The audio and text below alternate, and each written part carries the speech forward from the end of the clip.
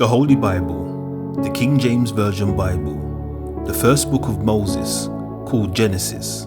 Genesis chapter 3 and verse 1. Now the serpent was more subtle than any beast of the field, which the Lord God had made. And he said unto the woman, Yea, have God said, Ye shall not eat of every tree of the garden? And the woman said unto the serpent, We may eat of the fruit of the trees of the garden. But of the fruit of the tree which is in the midst of the garden, God hath said, Ye shall not eat of it, neither shall ye touch it, lest ye die. And the serpent said unto the woman, Ye shall not surely die. For God knoweth that in the day ye eat thereof, then your eyes shall be opened, and ye shall be as gods, knowing good and evil.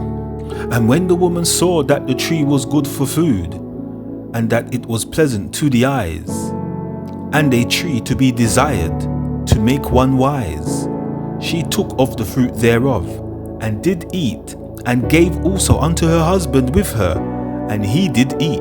And the eyes of them both were opened, and they knew that they were naked. And they sewed fig leaves together, and made themselves aprons. And they heard the voice of the Lord God walking in the garden in the cool of the day. And Adam and his wife hid themselves from the presence of the Lord God amongst the trees of the garden. And the Lord God called unto Adam, and said unto him, Where art thou? And he said, I heard thy voice in the garden, and I was afraid, because I was naked, and I hid myself.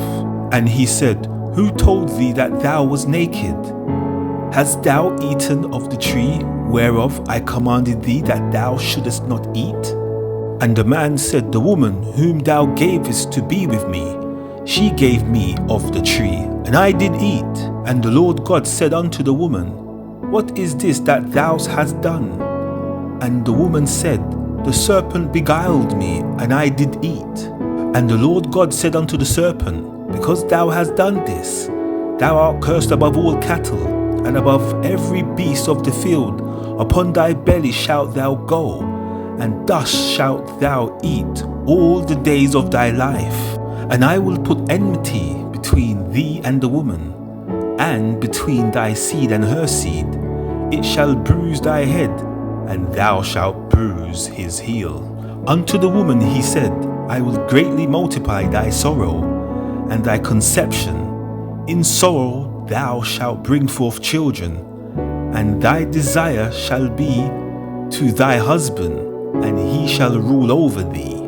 And unto Adam he said, Because thou hast hearkened unto the voice of thy wife, and hast eaten of the tree of which I commanded thee, saying, Thou shalt not eat of it.